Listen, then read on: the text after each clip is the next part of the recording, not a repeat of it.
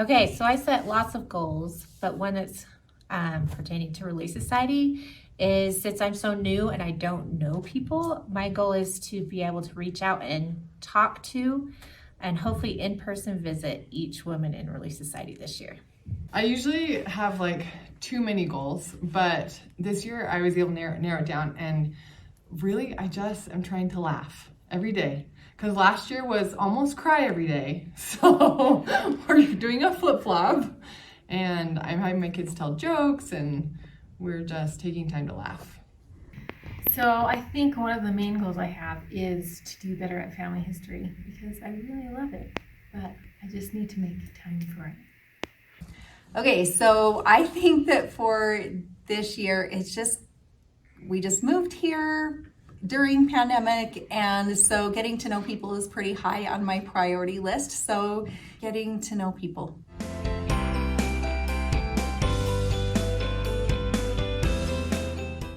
Resilient.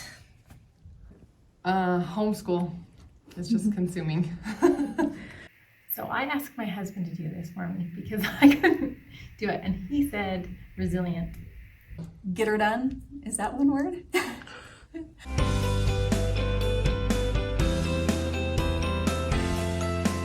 Just being with family again and being able to visit my mother-in-law, who's been in quarantine the whole time. She's very vulnerable right now and she's very old. And being able to get together in large groups and just be social again, definitely. We've missed out on some like gatherings with neighbors. So I feel like I don't know my neighbors as well as I have in the past. Just being in larger groups and not having so many trips canceled. 100% going to the temple. Being able to hang out with people again. Like, I like that during COVID we have smaller groups because I feel like when I do connect with people, I'm making more meaningful connections. But I also like to just be out and be a part of life in general, and moving doesn't count. That's just a lot of busy work and not really like getting to do fun things. So I'm excited to hang out with people and do things together.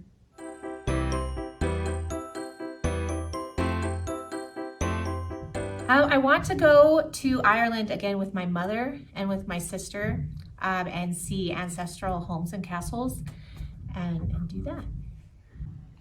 I really want to go to Ireland, actually. It's like the same. I do want to go to Ireland, and I want to learn Spanish and be fluent. And I want to learn how to play the cello well, not just like a fifth grader, because that's where I'm at now. So I'm not a super adventurous person. I think that moving every 2 years pretty much covers my adventure. So I think the thing I look forward to the most is having a house in the woods with a wraparound porch. Bucket list, I'm learning how to be braver and travel. So I would like to travel with my husband and hopefully kids as they get older and have families of their own, when I get older. I don't know. I'm old now, but.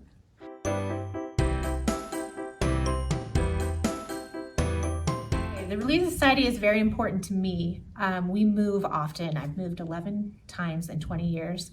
And I know every time I move somewhere that I have instant family. That's what Relief Society means to me, that there will be someone, even if I don't know them, who's gonna immediately care about me, and I can jump right in and serve and feel like I'm part of something. I love the ability to be vulnerable with women that I trust. I feel like there's just like this compassion that women can give off. And so it's a unique situation being just in a group that's just women, and to be able to gather strength from them and have other people that understand and have experience with life. So I haven't been in Relief Society a whole lot. But I will say that I love people. I don't love groups of people, like giant groups, but I do love one-on-one talking to people, and I love that it gives me an opportunity to do that. I love the sisterhood. I haven't spent much time in Relief Society. I've been almost always primary and youth, so I don't know that much about Relief Society. So I'm excited to get to know the sisters more and be more of a grown-up and see what that looks like on me.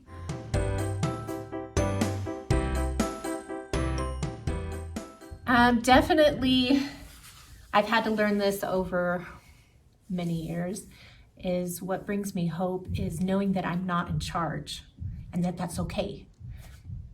And that it's going to work out, whether it's going to be my plan that works out or God's plan.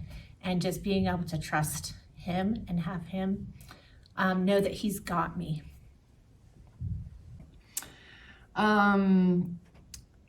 This is a terrible question because I get so emotional. I'm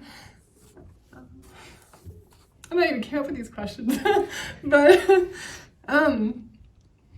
so it's Jesus Christ, right? Like he is the answer.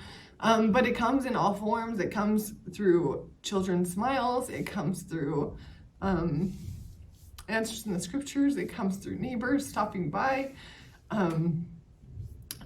So it's wonderful to know Christ in all circumstances and to be known through him.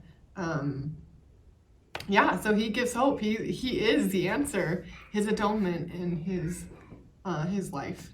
So yeah, I get hope through Christ. I think my greatest hope comes from reading the scriptures because that is how I hear him. That's the way that I have learned to find answers and direction and hope. I have a picture of Christ that's in my house where he is like walking in a direction but looking back and reaching out. And that is my sign of hope in my home and in my life, and written on my heart is that life gets hard. We've gone through hard things and everybody has, and he just reminds me that he's always there leading and guiding, but he's asking me to come and to keep following. And I get to choose to believe him, not just believe in him, but believe that he's got it. He knows what I need and he knows the direction that I should be going. And he provides me that hope and that strength to keep going when things are hard and when things don't necessarily make sense, to go along with it anyway and just keep putting one foot in front of the other and keep going.